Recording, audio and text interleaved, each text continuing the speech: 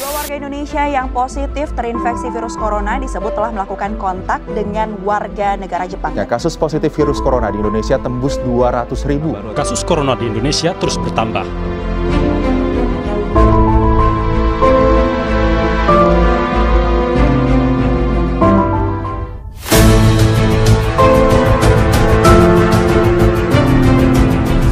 Vaksin COVID-19 Sinovac akhirnya tiba di Indonesia dan sedang melakukan proses mendapatkan izin penggunaan dari Badan POM. Kemudian waktu didistribusi itu bertahap ya. Didistribusi dulu ke provinsi dulu dalam jumlah besar. Di tiap provinsi udah punya lemari es yang namanya cold room, lebih kecil lagi setiap 3 bulan pokoknya, dan disimpan di kabupaten itu dalam lemari es yang ukurannya juga cukup besar karena untuk kabupaten gitu. Nah, kemudian secara bertahap setiap bulan kabupaten ini mengirim lagi vaksin lagi dalam box. Ngirimnya itu selalu dalam box. Dari Bio Farma itu ngirim pakai pendingin gitu. Nah, sedangkan dari kabupaten ke puskesmas dia cukup saja dikirim dalam dan saat box ini gitu, dikirim ke puskesmas.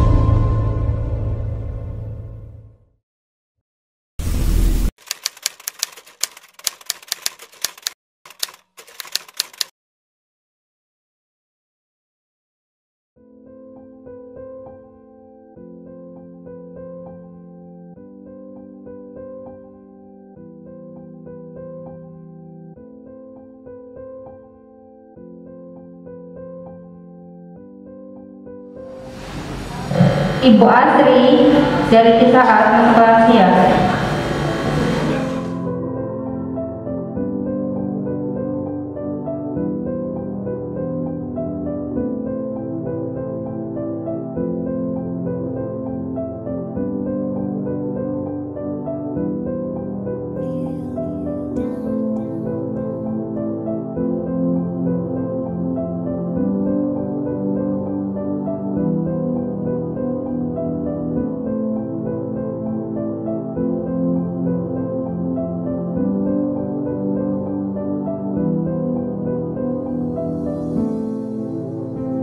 Ibu Swata, Sindang Jawa, lansia.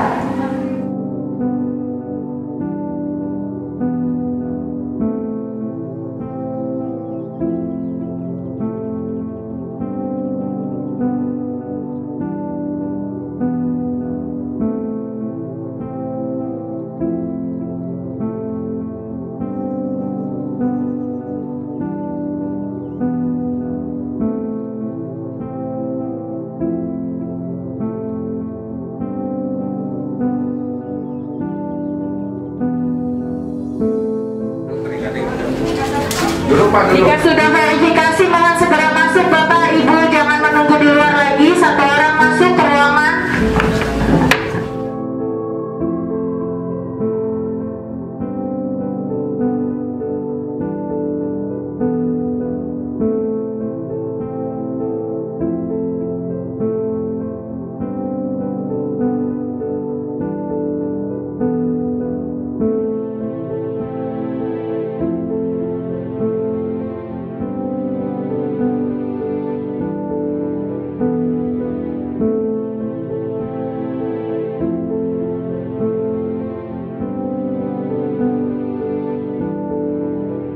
Pada awal pemberian vaksin yang digunakan adalah Sinovac.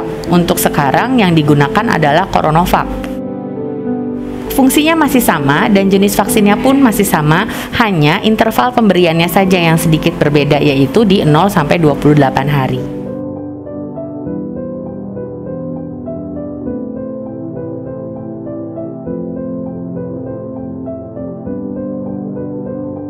Awalnya ragu, karena maaf, kayaknya semakin banyak membaca informasi, kok semakin membingungkan gitu loh. Karena maaf, sebelumnya ada anggota DPR RI, Dewan gitu kan, ada yang menyatakan menolak divaksin, lebih baik saya bayar walaupun berapa juta. Karena vaksinnya kualitasnya diragukan dan lain sebagainya. Di negara pembuatnya saja katanya nggak make. Itu dari Dewan loh yang bicara, sehingga saya sebagai rakyat bingung, tapi di sisi lain ada yang nggak apa-apa vaksin gitu loh. Bahkan ada lagi diberitakan gara-gara vaksin malamnya meninggal, walaupun itu bicara takdir, no comment lah ya kalau bicara takdir gitu.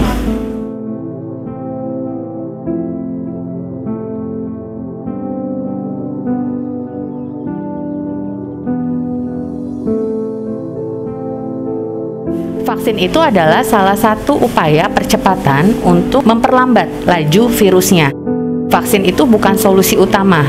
Vaksin hanya membantu supaya badan kita memiliki sistem imun atau sistem kekebalan daya tahan tubuh yang baik terhadap serangan virusnya. Tapi bukan mencegah kita tidak sakit. Kita bisa saja tetap terkena penyakitnya. Vaksin itu merupakan salah satu cara supaya masyarakat Indonesia bisa memiliki daya tahan tubuh yang baik dalam menghadapi COVID-19.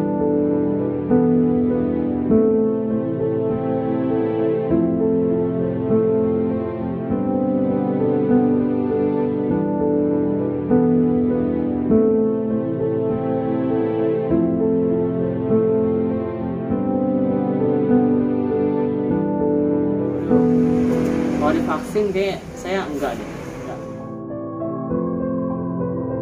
Soalnya kemarin saya dengar berita gitu kan, ada perawat bernama Erni, dia itu setelah divaksin terkena positif corona dan habis positif dan dia meninggal.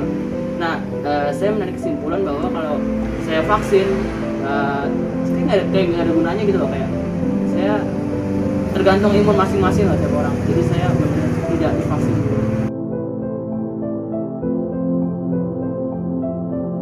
Pemerintah sendiri sudah memberikan sanksi bagi orang yang menolak pemberian vaksin.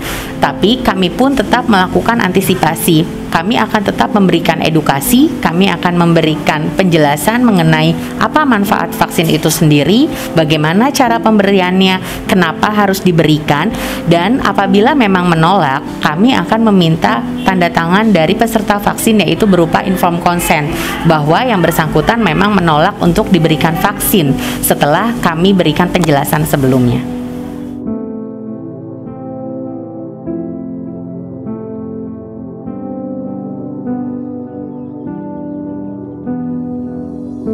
Majelis Ulama juga sudah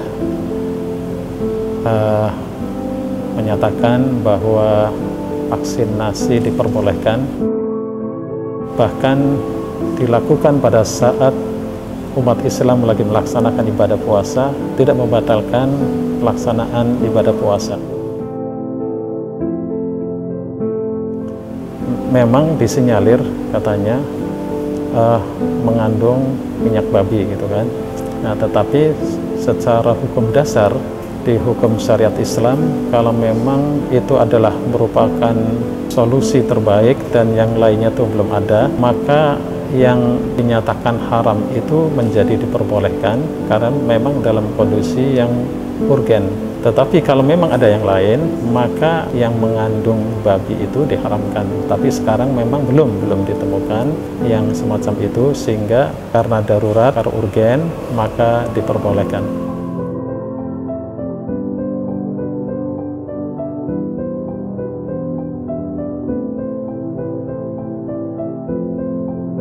Harapan ibu terhindar dari COVID-19 maupun mutasinya atau kakaknya atau buyutnya lah, seperti itu. Kemudian tidak ada lagi virus-virus yang mengerikan lagi di kemudian harinya, sehingga kita sebagai manusia bermasyarakat, berinteraksi sosial,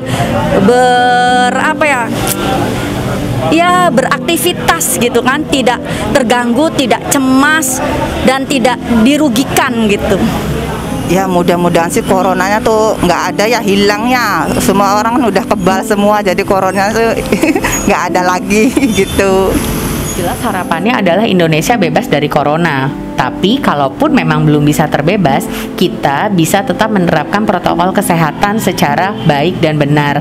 Kita bisa melakukan aktivitas seperti sedia kala, sehingga dari sektor kesehatan, sektor pendidikan, perekonomian, semua akan bisa membaik seperti sedia kala. Karena kita tahu corona ini telah mempengaruhi berbagai sektor di lapisan masyarakat. Harapan saya juga semoga masyarakat Indonesia tetap sehat, seluruh tenaga kesehatan Indonesia juga tetap sehat dan selalu terlindungi. Harapannya seluruh masyarakat bisa menerima vaksin sehingga penyebaran COVID-19 segera teratasi, dan semoga Allah Subhanahu wa Ta'ala dengan ikhtiar semacam itu segera mencabut penyebaran COVID-19 dan digantikannya dengan rahmat dan kasih sayang dari Allah Subhanahu wa Ta'ala. Pada teman-teman, saudara-saudara umat Islam khususnya, jangan ragu untuk divaksin. Majelis Ulama sudah menyatakan bahwa vaksin diperbolehkan, dan pokoknya jangan ragu-ragu. Ikuti anjuran pemerintah. Pemerintah tidak akan menyengsarakan masyarakatnya. Pemerintah cinta kepada rakyatnya, cinta kepada masyarakatnya, sehingga kondisi seperti ini segera teratasi. Baik secara hukum agama maupun dari sisi kesehatan, vaksinasi COVID-19 tidak menjadi masalah.